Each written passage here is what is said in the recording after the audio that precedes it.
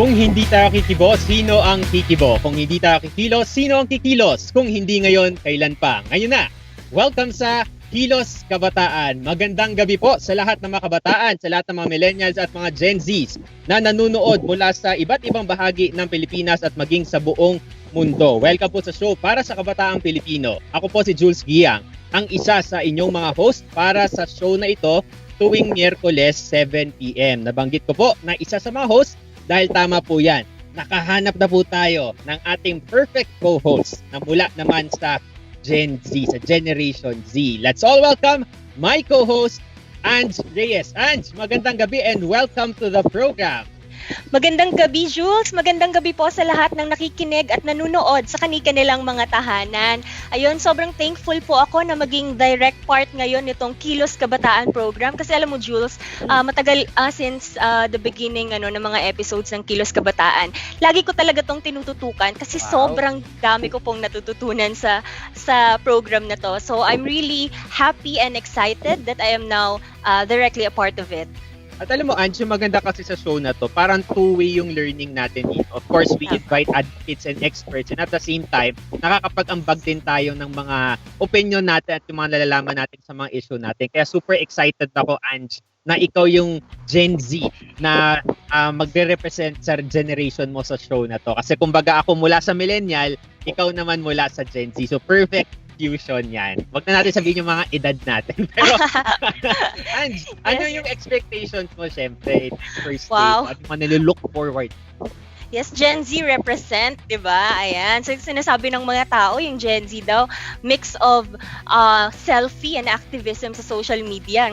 Ngayon, siguro patutunayan natin na tayo ay may maibabahagi na mga substantial din talaga na mga information, knowledge, experiences doon sa ating mga manonood. Siyempre, yung expectations ko sa program natin, bukod dun sa sinabi ko kanina, dati nanonood lang ako, so marami akong natututunan. Pero ngayon, I am very happy na makakapag-contribute na rin ako, makakapagbigay ako ng added value doon sa conversation, at mas marami tayong ma-engage din ng mga youth in the national conversation on different issues na bumabagabag sa nation natin ngayon. So ayun, I'm very excited at nag-expect ako na mas marami pa tayong matatalakay ng mga issues na importante sa buhay ng mga ordinaryong Pilipino sa mga susunod na mga episodes natin. At syempre ma-highlight yung role ng Gen Z. Ayan, Gen Z represent. Pero Ange, very quickly lang, sino ba si Ange bilang isang Gen Z, bilang isang kabataan, para mas makilala ka ng viewers natin? Okay.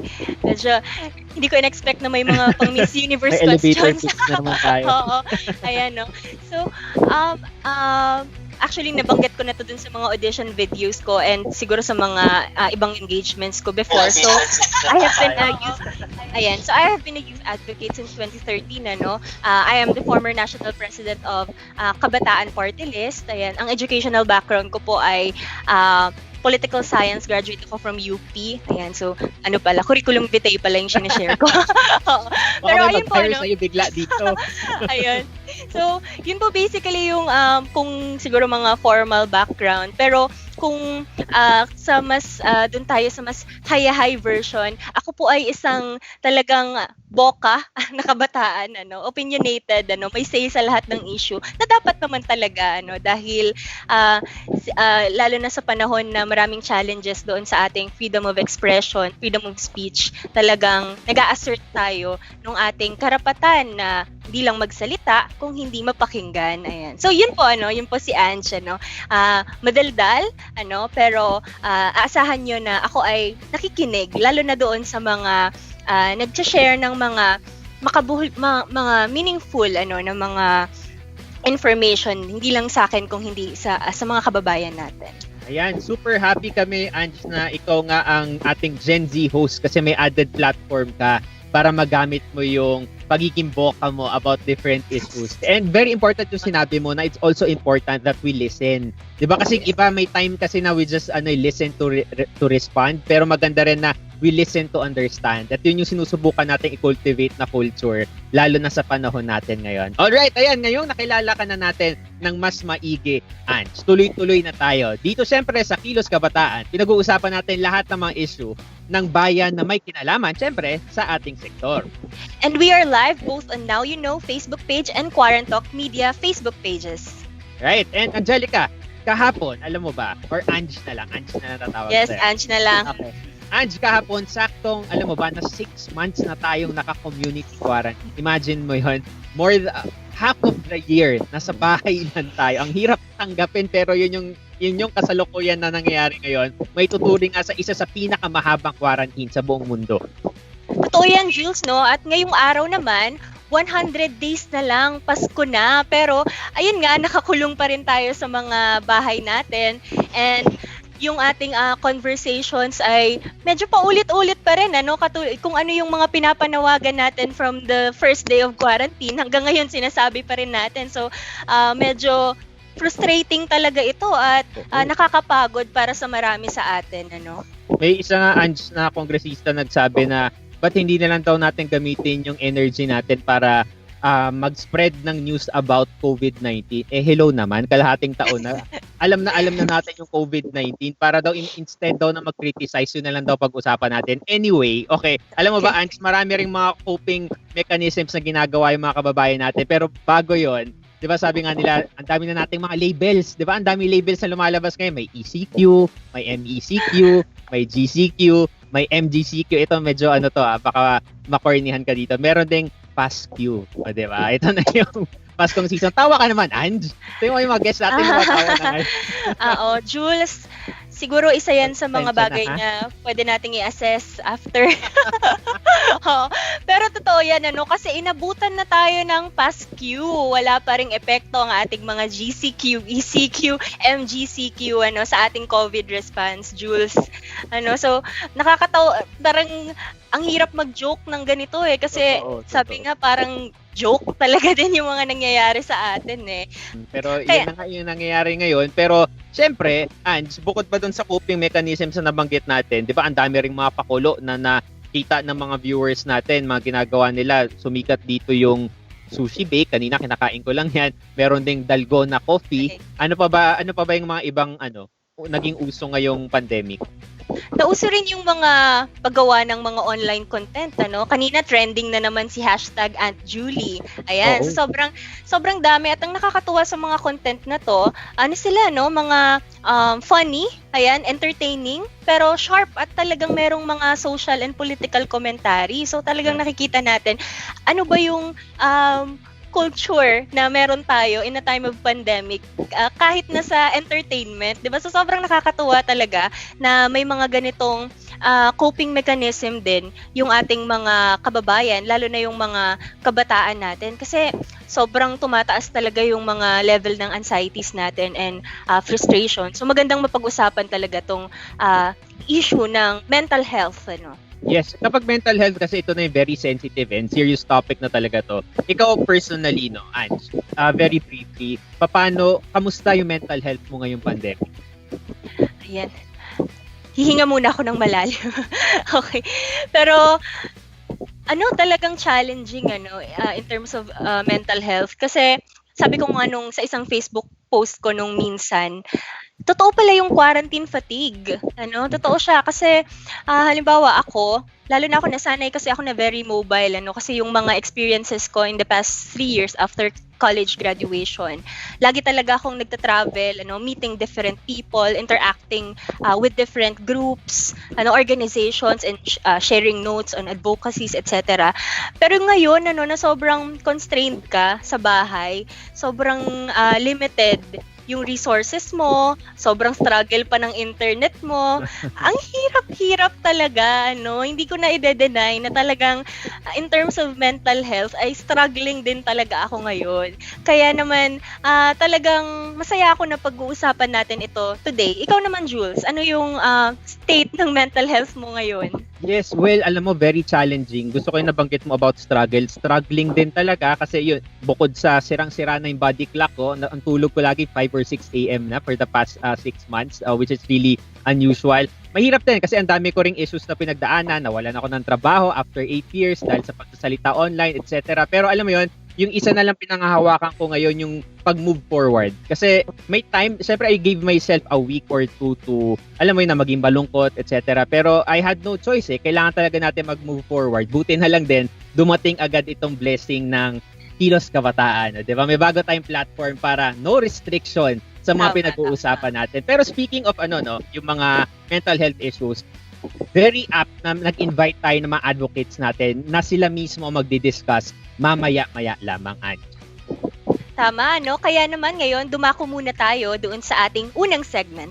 Tama. Dahil Ange, every week ay nagpi-feature tayo ng mga trending topics sa ating mga kabataan. Dito lamang sa Youth Trends.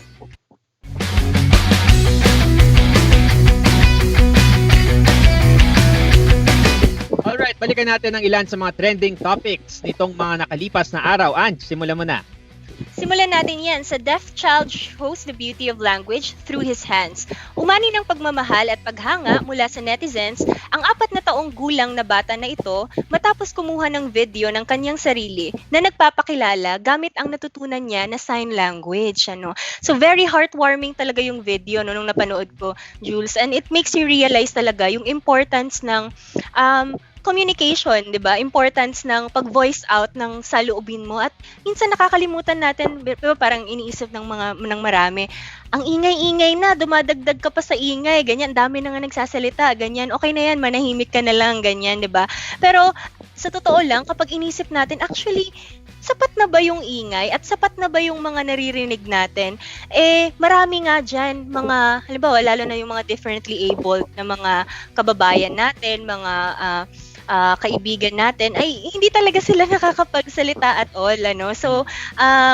So talagang importante na binibigyan natin sila ng mga ganitong platform para din naririnig natin yung mga insights, yung mga views nila sa mga bagay. At ito actually, personal advocacy ko to yung nung nasa Congress pa ako noon, na talagang magsulong ng isang batas na i-incorporate sa curriculum yung pagtuturo ng hindi lang ng sign language kung hindi ng iba't iba pang mga paraan paano ba tayo makikipag-deal or makikipag-communicate with our kababayan or with our friends, family na differently abled, kasi I think ito yung isa sa mga missing component din doon sa ating education right now. Tama, para mas maging inclusive, Talagang nagkakaintindihan tayo lahat bilang isang lipunan. Okay, maraming salamat dyan sa trending topic na yan, Ants. At syempre, ang huli naman nating youth trends ngayong gabi, #walang-pasok. Nag-trending ang #walang-pasok noong September 15, kahapon po yan, dahil sa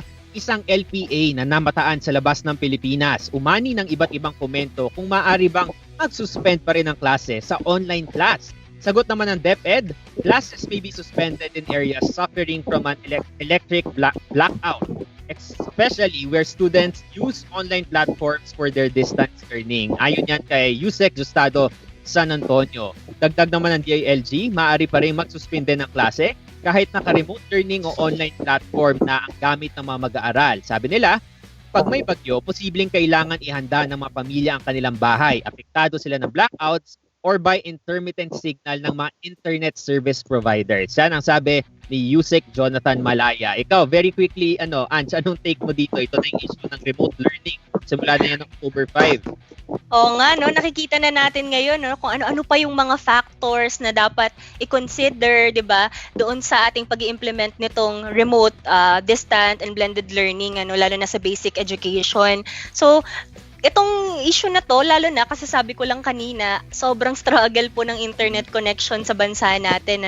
So siguro talagang pakinggan yung panawagan ng mga kabataan. Kung nagte-trending na talaga yung hashtag walang pasok, kailangan talagang i-table ito ng ating government officials na may capacity and power to do something about it. Because our trending, our hashtags, can only do so much, Yes. Ang kailangan talaga nating gawin, talagang mga lampag, nung mga binigyan natin ng karapatan at kapangyarihan at obligasyon, mandate, na ayusin yung mga bagay para sa sambayan ng Pilipino. Ayan. Right, kasi parang dumidikit dito yung issue, Ange, yung usapin ng readiness talaga. Of True. course, nag-move na rin naman ng simula ng klase, pero most likely meron pa ring mapag-iiwanan dahil dito sa pag-shift na to. So, ang dasal na lang natin dito, ang panawagan natin sa ating pamahalaan na matiyak na kahit may mapag-iiwanan na maihabol pa rin, makahabol pa rin yung mga kabataan na mapag-iiwanan dahil sa academic year na ito. Okay, so Ange, yan ang ating mga youth trends para sa show na ito. Ngayon naman, syempre, bida ang kabataang Pilipino. Ngayong gabi, kilalanin natin ang mga guest dito sa Bidang Kabataan.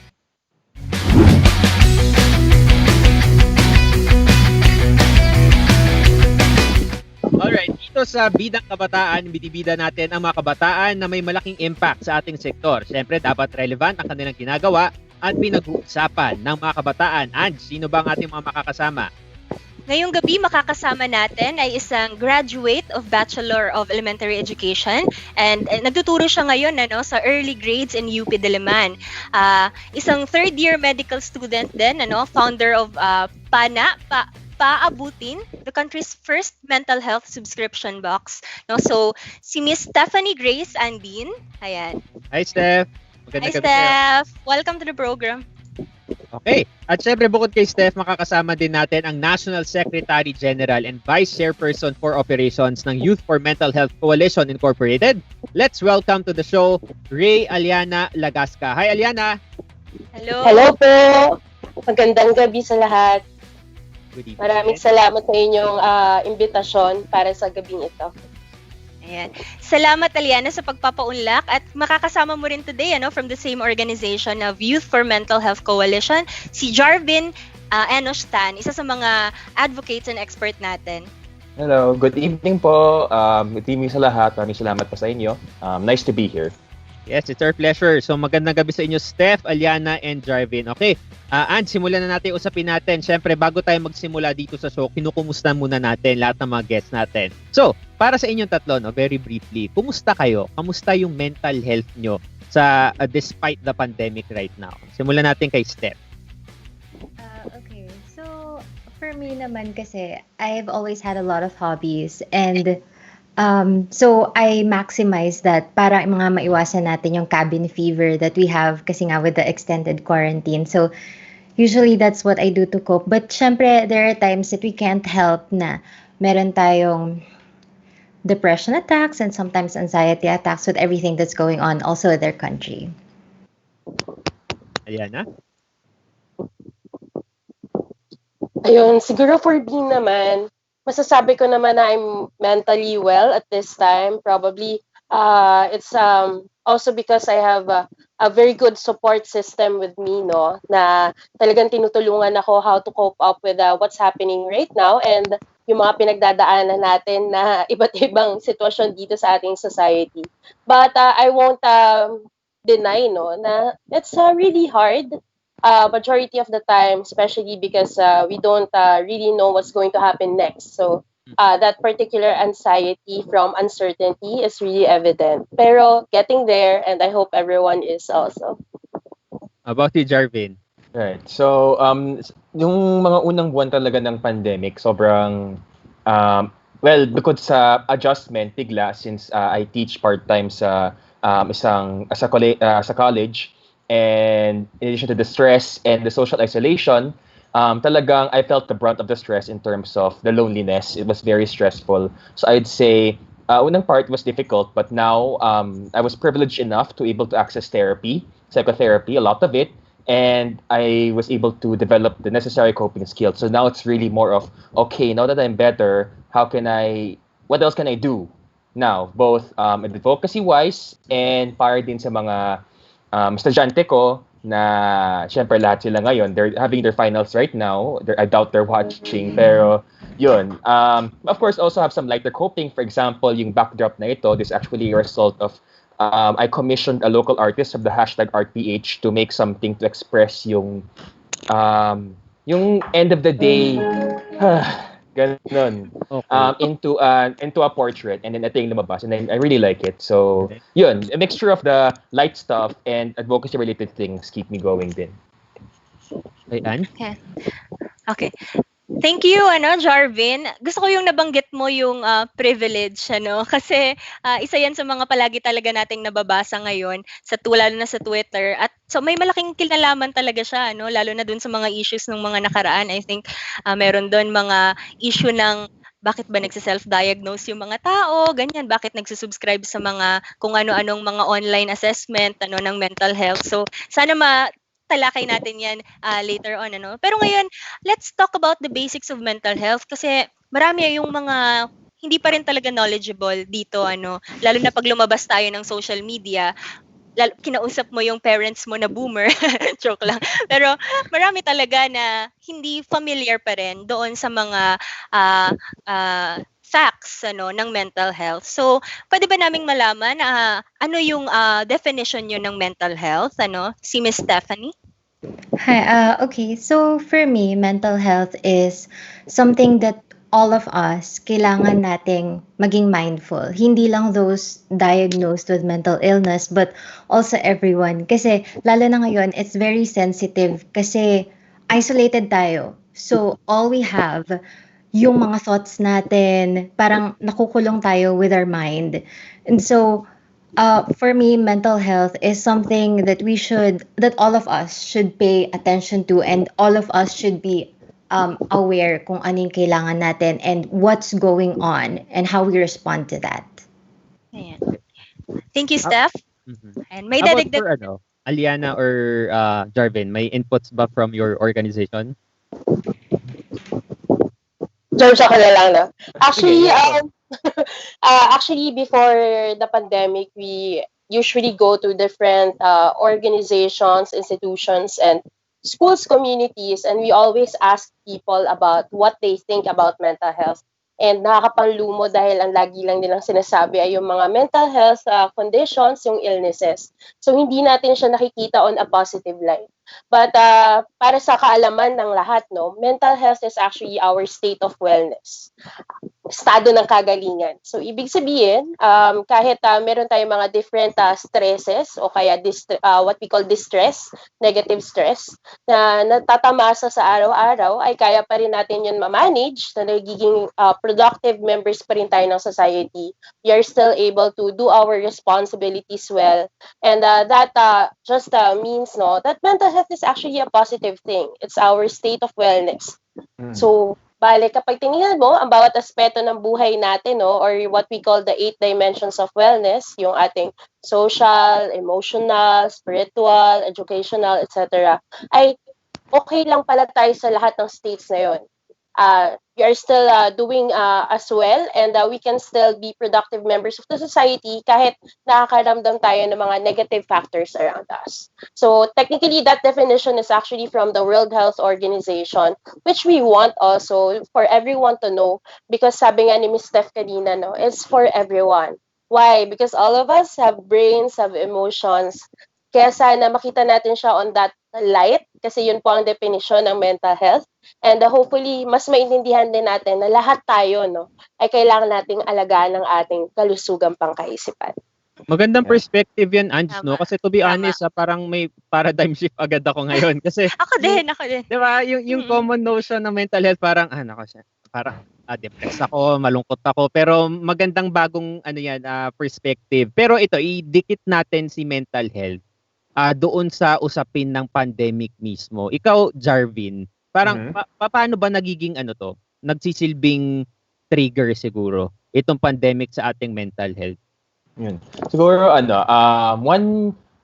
just building on what Steph and Alyannah have been saying, yung pinakasalitang a translator galing sa Foundation Awit, ang sabi niya daw, ang Tagalog talaga sa mental health ay lusog isip. So, kumbaga, ang salitang ugat niya talaga ay kalusugan, right? So, kung worried na worried tayo sa ating physical na kalusugan dahil sa pandemic, ganun din, meron ding epekto ito sa ating, lusog isip, 'di ba? So, may mga protective factors, yung mga nakakapag-boost sana ng ating kalusugan, yung lusog isip natin na nawala dahil sa pandemya, yung mga relationships natin, lahat pumunta online, 'di ba? Hindi tayo don't get to hug people like we used to anymore, for example. And yung mga risk factors or yung mga nakakapaglala pa ng ating lusog isip ay dumadami bukod sa paano hinhandle yung COVID response, yung mga stressors of transitioning to online platforms, yung the family dysfunctions. I mean, kailangan natin aminin na yung mga hindi na-address na mga ganon, ngayon nag-surface na siya dahil, yung mga, for example, siguro nag-dorm dati or nagkakondo na students, naka-uwi sila, so matagal na nakasama ng pamilya. It's been a while na ganun katagal sila magkasama. So, stressors like this na sabay-sabay sumulpot. So, yun, talagang, it was a very difficult adjustment for everyone. And then, some may not have had the adaptive coping skills, which is not a judgment on them, of course. It's not to blame anyone. Pero it's really a struggle to be able to cope healthily with all of these things. Yun. Ayan. Salamat, Jarvin. Naalala ko tuloy, one of the reasons kung bakit ayaw kong lumabas, hindi lang dahil sa natatakot ako sa virus, kung hindi, pag lumalabas ako kasi nakikita ko yung grabe yung effect talaga nung pandemic doon sa mga kababayan natin. Maraming mga jeepney drivers yung nanlilimos sa kalsada at sobrang nakakadurog talaga ng puso yung mga ganong sites na everyday ay nakikita nandyan. So, may gusto bang idagdag regarding pa dun sa mga effects ng pandemic dito sa ating mental health from Steph? Wala naman. Just that like Kuya said that dahil nga yung nasanay tayo sometimes dun sa setting na as Gen Zs and millennials na kunwari nagdo-dorm tayo or we're away from our family, when we're put back in the family setting, baka magkaroon ng just a little bit of parang friction na hindi natin inaasahan. And also like it's 6 months that babalik ka doon, tapos you have to get used to them again. And since we are Filipinos, masyadong malaking effect sa atin yung family. Kaya I guess it's one of the biggest factors, if any, yung sa mental health natin, yung family and the friction. Right. Okay, so and siguro dumako tayo sa usapin ng yung sa misconception. Kasi magandang gamitin natin yung platform na to clarify things, lalo na advocates yung mga kasama natin. Sige, siguro I'll jump on since nabanggit ni Steph yung family. 'Di ba, may parang hindi na surprising na meron laging sinasabi na arte-arte mo lang yan. Ba't ka umiiyak? 'Di ba? Ano ba yung mga issue mo? Nung panahon namin, hindi na mauso yung mga depression na yan. So, kayo bilang advocates, parang how do we respond to that kind of perspective, of that kind of mindset? Siguro Alyannah. Siguro actually mahirap siya, There's no one to blame but the society as a whole.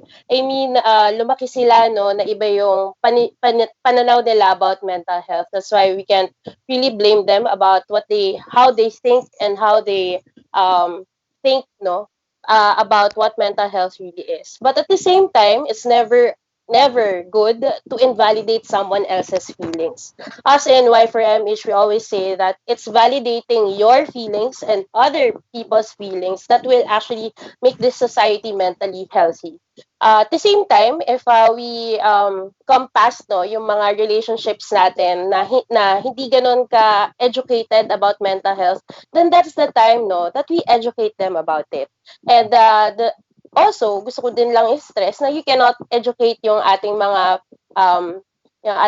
nanay, tatay, and yung mga older generations about mental health and all the principles and aspects behind it. if we ourselves don't know about it. That's why I'm really thankful for you guys too, because you actually made an event for the youth sector. And as we all know, the youth sector is very much capable in learning, especially ito pa yung status sa ating buhay, no, that we get to develop our principles, our habits, etc. And I think it's about time also that the youth sector realizes, no, that their role ay hindi lang tagatanggap ng serbisyo, kung hindi tagabigay din ng serbisyo. It's really empowering this sector that will be able to promulgate, no, yung public awareness that we wanted.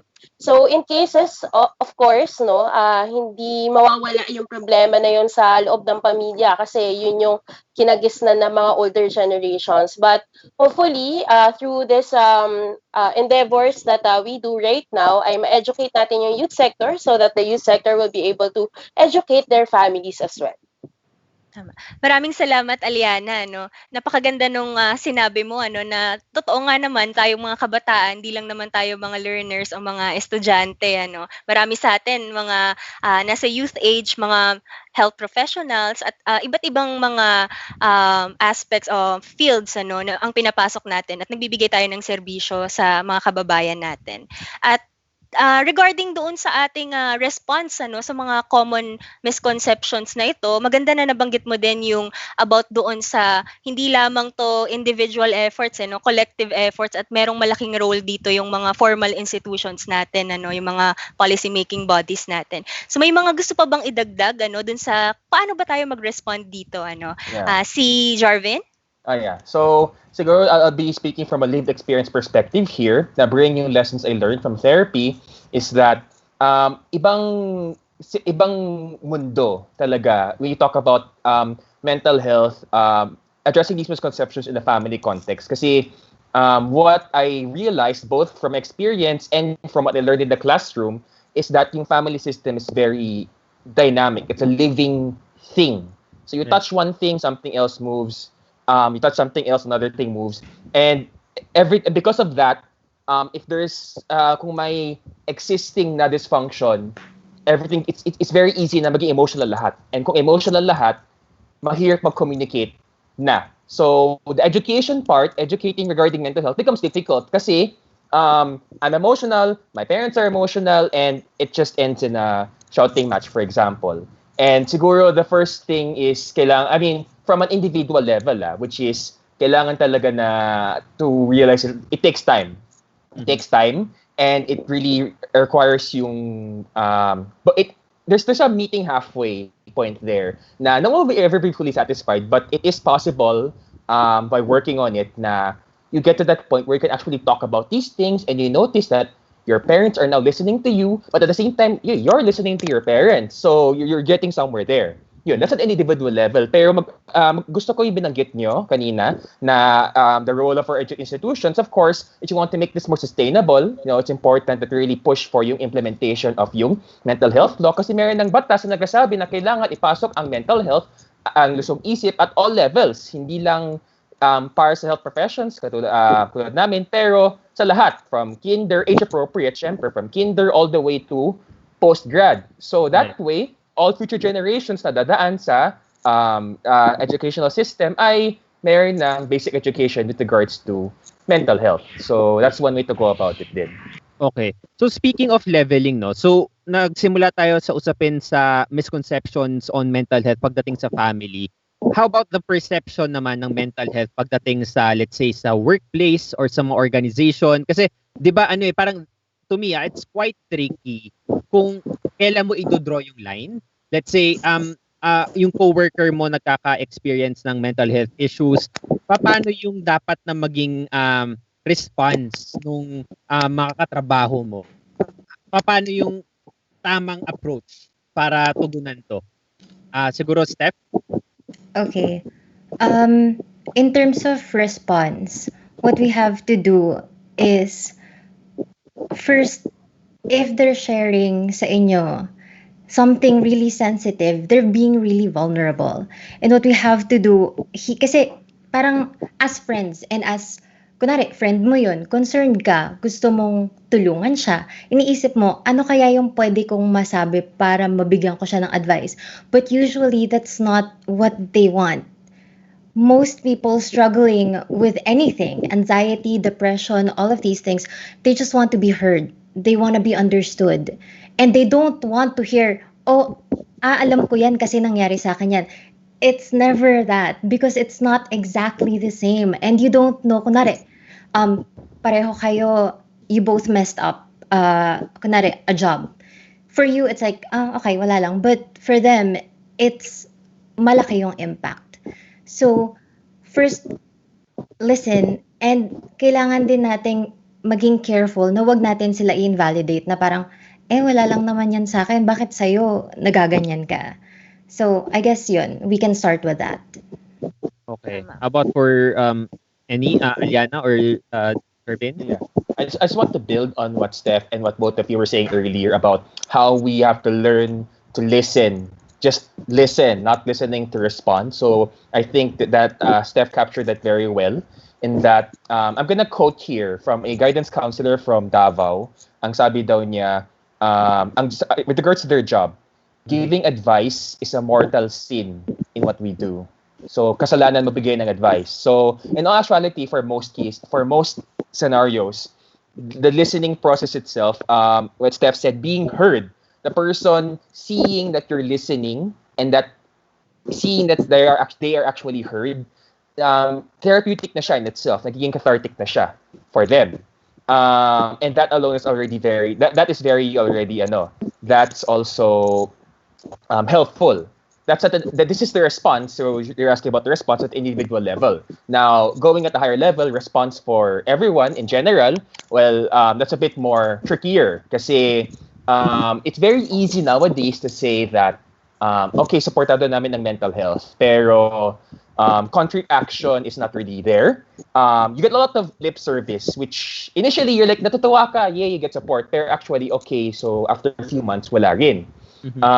So the tricky part now is how, from individual level, syempre, eventually, kakasupport mo, ikaw lang sa office nagsusupport, mapapagod ka rin kasi ikaw lang eh. So, meron na, for example, bukod sa Republic Act, bukod sa IRRs, meron ng department order, ang DOLE, with regards to mental health policies and programs in the workplace for the services, non-discrimination, and mental health promotion. So the tricky part now is bringing that to a higher level. So at least for those who are watching now, na interested, like, okay, ano, bukod sa supporting, ano pa pwedeng gawin, yun, at least there's a starting point now with the department order. And the tricky part is just really lobbying that to the different levels in the workplace so that you could get together a policy that would be beneficial for everyone's mental health. Okay. Thank you, Jarvin. Napakaganda ng mga shinare nyo actually yung tatlo na mga responses kasi isa sa mga talagang pine-prevent natin na mangyari ay lumala yung mga conditions na to at yung iba nga nauuwi dun sa mga nakakalungkot na mga suicide. We just observed the Suicide Prevention Day a few days ago at bilang kayo yung mga advocates and I know you've been monitoring these statistics in our country, ano ba yung lagay ng ating bansa regarding suicide sa ngayon?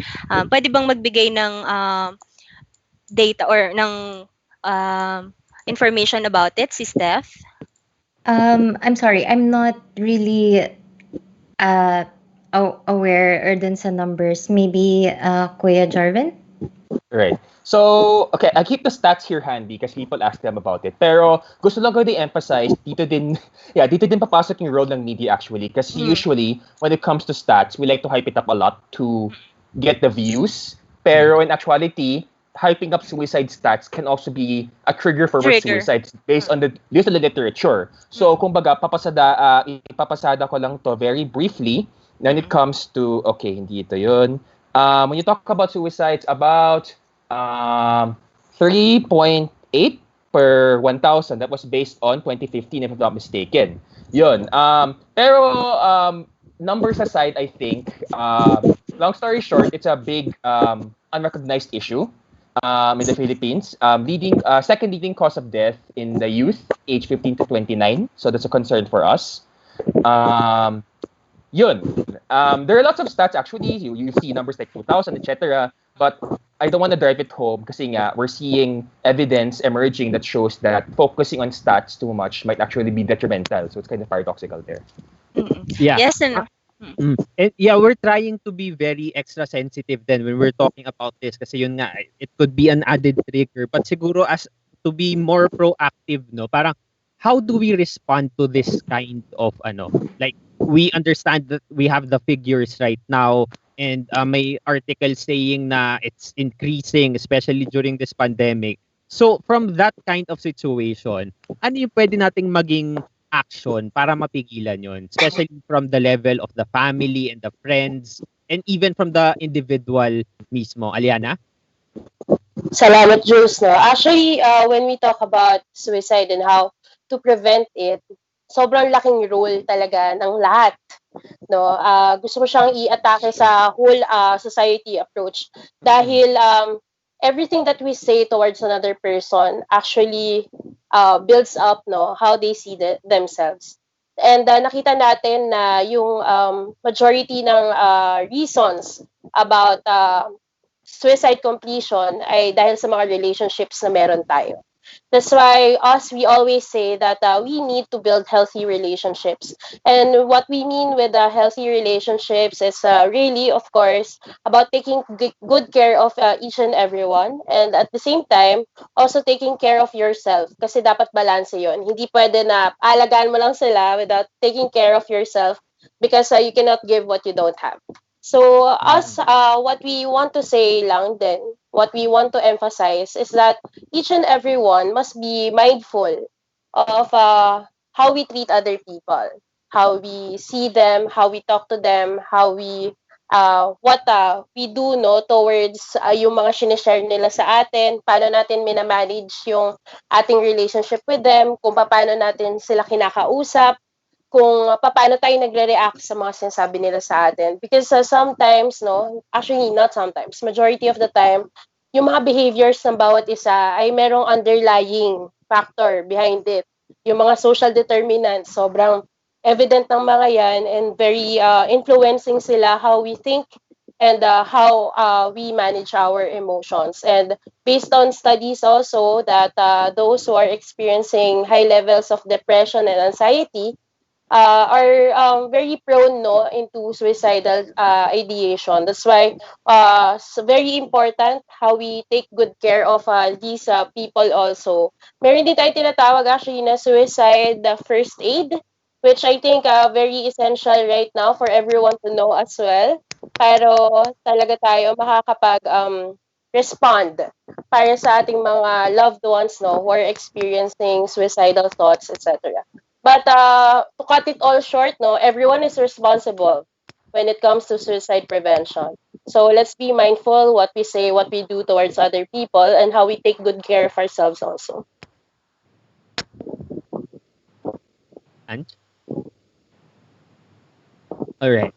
Ayan. So, nalaman na natin kung paano yung magiging tungkulin ng iba't ibang mga individuals ng iba't ibang grupo, of course, na family and friends natin sa pagtugon nga dito sa very sensitive issue na to. But siguro as we kind of wrap up na rin this interview, from the end of the individual mismo, kunwari ako for the first time nag-try ako na mag-seek ng professional help during this pandemic because dun sa mga personal na pinagdaanan ko. And hindi ko na-realize until na-try ko na it's really helpful. So, paano yung magiging response siguro ng mga individuals na hindi aware na apparently they are actually experiencing I'm not sure if it's the right term, yung signs ng mental health issues mismo, but siguro correct me if I'm wrong lang, if I'm using the wrong terms. Pero ano yung dapat gawin ng mga individuals na meron ba silang pwedeng tawagan or anything? Sige, Jarvin, ano ba dapat yung tawag dyan? Okay, so I'm going to cite a systematic review that was done recently by a UP Manila behavioral science professor. So it's really nice kasi it tackled yung barriers and facilitators ng pag-seek ng help ng mga Pinoy, both local and abroad. And interestingly, one of the make or break, kumbaga, this can go both ways, na pwedeng magtumulong sa isang person na mag-seek ng help ay social support. So, kumbaga, social support, depending on yung mga nakakausap niyang kaibigan, family, spiritual leaders, etc., they can either dissuade them from seeking help or encourage. So, as friends, loved ones, that's one thing we can do, encourage them. So, we have, there are many, there are some places available na free or low cost, like yung NCMH, outpatient consultation. Although there's a more full, comprehensive database available at 𝗁𝗏𝗆h/help. So, 𝗁𝗏PH yung org, 𝗁𝗏PH/help. Tsaka yung mental health awareness is recently released their directory. Pero yun, NCMH, that's one free na available na And then as individuals, one other thing we can do, so I know I said earlier that statistics can trigger, but the question is, what can we talk about with suicide that can help naman? So talking about suicide is actually helpful. Pero what part of it is helpful? Talking about your stories, so sharing stories of hope, recovery. So for example, sharing about times na, well, trigger warning for some, for example, pause for 2 seconds just in case may tao dito. I had thoughts of suicidal ideation starting out nung quarantine, but how did I cope?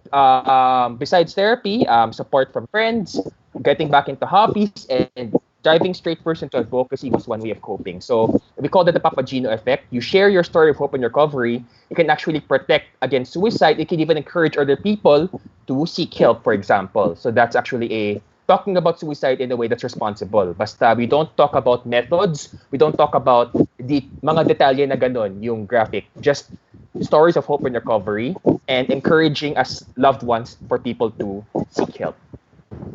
Yeah. Thank you so much, Jarvin. Very important talaga na we seek help from the right people. And it's very important to educate, raise awareness, and train everybody about mental health issues for us to be lahat tayo maging right people for anyone to talk to, 'di ba, when they are struggling.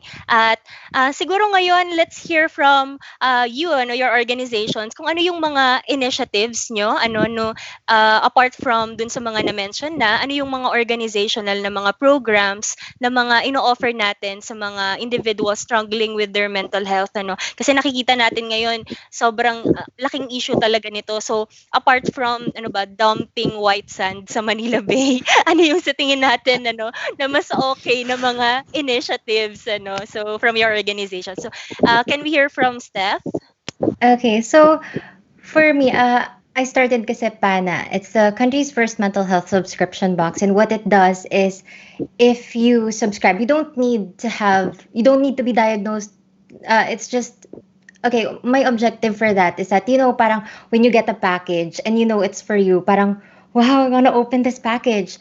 So the subtitle for that, or the caption for that, is Paaabutin. Kasi one of my counselors before told me na, oh sige, you wanna do something, but what if paabutin mo till the next therapy session? Paabutin mo until the next ganyan. And so I want them to have something to look forward to. So what I do is, if they subscribe, it's like a personalized thing. My team kami per month. There was this time that we did like a movie night, and it gives like a subscription to Netflix. Kasi this was 2 years ago when I started. And it has games and snacks. And what the objective for that month was to bring the family together, to bring the friends together, para to create a comfortable environment kung saan pwedeng makapag-share yung individual struggling. And so yun, I want my subscribers to have something to look forward to that's curated specifically for them. And sa Pana, I had to pause it muna kasi for my mental health din. Kasi I've been told by those who are dearest to me na I get too empathetic. And so I plan to restart it when I'm better emotionally. Para kasi nga sabi ni Alyannah kanina, we can't give what we don't have. So right now I'm taking a break, but what I can offer is the mental health groups available on Facebook. There's this mental health group by 𝘁𝗵𝗆𝗆, and it's a very active group. Parang lahat sila nagpa-participate. you vent there. You just write their trigger warning if you need to talk to someone, and they'll respond. They'll give reassurance even if you need someone to talk to.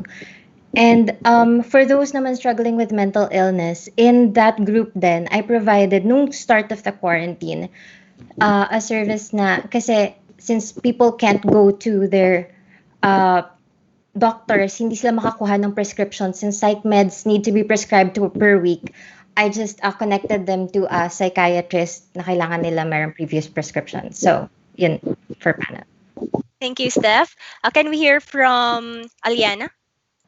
Yes, actually, Y4MH has a 4-part COVID-19 mental health response that we are doing right now. So first is, of course, Buklod. It's our online communities of care. So we have a Facebook group wherein we share about ways on how to cope up, especially ngayon, no, we have a lot of difficulties and a lot of Filipinos are doing their best on how to cope up. Yung iba kong friends, parang mga chef na. And dun sa Facebook group na yun ay makikita natin, no, kung ano-ano ba yung mga kaparaanan para matulungan natin ang ating mga sarili. And of course, we also share information. We have different Zoom dates also, wherein we discuss everything and anything mental health related, but we need to realize that everything is mental health related. So lahat doon mula societal issue hanggang from there to education to finance, etc. We discuss about it. Just so we see it on a mental health perspective. And of course, we also have different activities. Right now, we have, for the whole month of September, we had different activities also online. And then we have Project Lingap. Project Lingap is an online fundraiser and a donation drive, no, because it aims to fund our another project under this initiative, which is Project Tulay. Project Tulay is a free service that Y4MH gives to the service users. So we help them procure their medicine dahil naintindihan namin, no, na mahirap makakuha ng cheap but quality medicines, and also because a lot of us lost our jobs. So what we do is that we provide them with the medications that they need for free. Delivery is for free also. And right now we are launching Help Then, that we are going to fund some service users for their psychiatric consultation. So that's Project Tulay. And lastly, the fourth one is Project 𝗁𝗏𝗄𝗏. Project 𝗁𝗏𝗄𝗏 is an online support group. So what we do is that yung mga registrants natin ay ginugroup namin, no, into smaller groups wherein every week they discuss about their feelings, what happened to them during that week, and of course, guided by a trained facilitator. Kasi very important naman na may specific knowledge in facilitation, especially, no, kasi feelings and experiences yung pag-uusapan. So we do that as well. So actually, next week, we're going to launch the second batch of this 4-part mental health COVID-19 response program, which we call Kapit Bisig para sa Siglang Isip. So hopefully you guys will also check our Facebook page next week para malaman natin kung paano tayo makapag-register for these services. And of course, we still give talks and educational events to a lot of organizations, student organizations, even the private and public workplaces. And we are really very happy that we are receiving a lot of love from everyone. That's why I would like to apologize also for not being able to reply sooner dahil marami din po kaming natatanggap na email sa ngayon. But rest assured, Y4MH will always be there if you need us. If you need us for research and talks, educational talks, and of course, for appropriate community-based programs and projects, please don't hesitate to message youthformentalhealth@gmail.com. So maraming salamat. Thank you so much, Alyannah and Stephanie. No, siguro as we end the interview, no, let's hear it. Siguro final statement from Jarvin, no, to wrap the whole interview. Siguro message mo to all our friends out there, the millennials, the Gen Zs na talagang may pinagdadaanan at the moment. Go ahead. Okay, so I'm gonna start from big to small. So just the big part, everything is suicide prevention. So sa lahat ng kabataan na nakikipaglaban sa kanilang individual advocacies, we see you, and it's very encouraging actually to see, anti-discrimination bill. That is suicide prevention. Fighting for human rights. That is suicide prevention. And, it's Suicide Prevention Month. So whatever you're doing, just keep doing it. And at the individual level, ang sinabi nga kanina, you can't give what you don't have. So as we mobilize in our respective fields for suicide prevention, let's also take care of ourselves, good sleep hygiene, ensure that you use social media properly so that you will feel less lonely, and so on. Yun. And Steph would like to say just a very short thing, I believe. Okay. For those watching who are struggling with anxiety or depression, sometimes it can get cloudy. And you might want to do something, parang malakas yung urge to do something. And I got an advice from a really good friend who saved my life so many times. She said to me na, in that cloudiness, sometimes merong mga spaces na clarity na parang, hey, what am I doing? I urge you in those spaces to ask for help. Scream if you have to, just call for help. So, yan. Thank you so much, Steph, and Alyannah, Jarvin. We learned a lot at sobrang dami talagang mga initiatives and mga programs to raise awareness for mental health at matulungan din yung mga struggling nating mga kababayan tungkol dito. So maraming salamat sa pagbabahagi at maraming salamat sa lahat ng information and experiences na nabahagi niyo sa amin today. Thank you. Okay, thank you so much. Maraming salamat, and panoorin natin lagi itong video natin para lubos tayong matulungan kapag may pinagdadaanan tayo during this pandemic. Okay, so Ange, ngayon naman as we proceed to our next segment, ano nga ba ang featured ambag ng mga kabataan ngayong gabi? Dito ay bida naman ang mga grupo at ang kanilang mga initiatives. Siyempre, mayroon tayong segment host na bida sa segment na ito. Walang iba kundi si Gabi Sarangaya. Dito lamang yan sa Kilos na.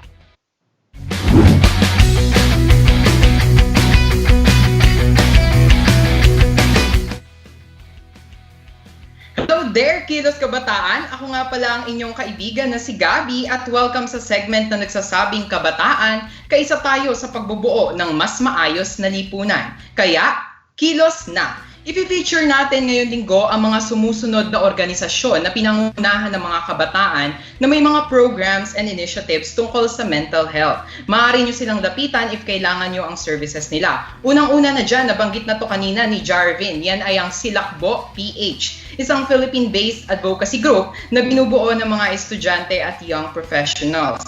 They aim to uplift stories in the context of mental health awareness. Gumagamit sila ng creative means tulad ng mga tula, painting, or playlist, or kahit anong medium. Meron silang live stream video na pwedeng mapanood ng mga kabataan for them to know more about mental health. Yan ay ang pa-donate ng sanity.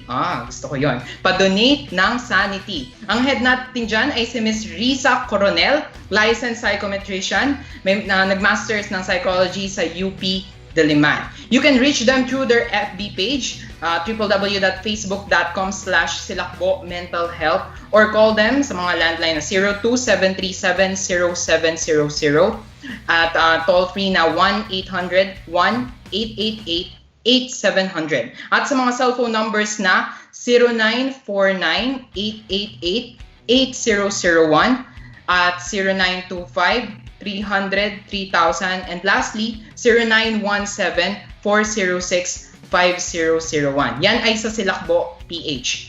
Isunod naman natin ang the UP Diliman Psychosocial Services, or mas kilala bilang UPD PsychServe, na na-establish noong October 2017 na bilang isang special project under the Office of the Chancellor para makapag-develop ng mga programs and services na ina-address ang mga urgent and pressing mental health and psychosocial well-being needs ng UP Diliman community. Pero ngayon, temporarily, sila ay nag-o-offer ng telepsychotherapy sessions at consultations for free sa mga frontliners natin.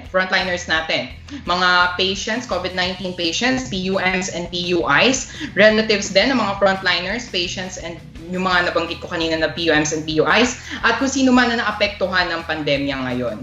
Ang head nila ay si Dr. 𝗁𝗏𝗏𝗏𝗏𝗏𝗏, ang head ng Clinical Psychology Program. You can reach them through 0906-374-3466 or 0916-757-3157.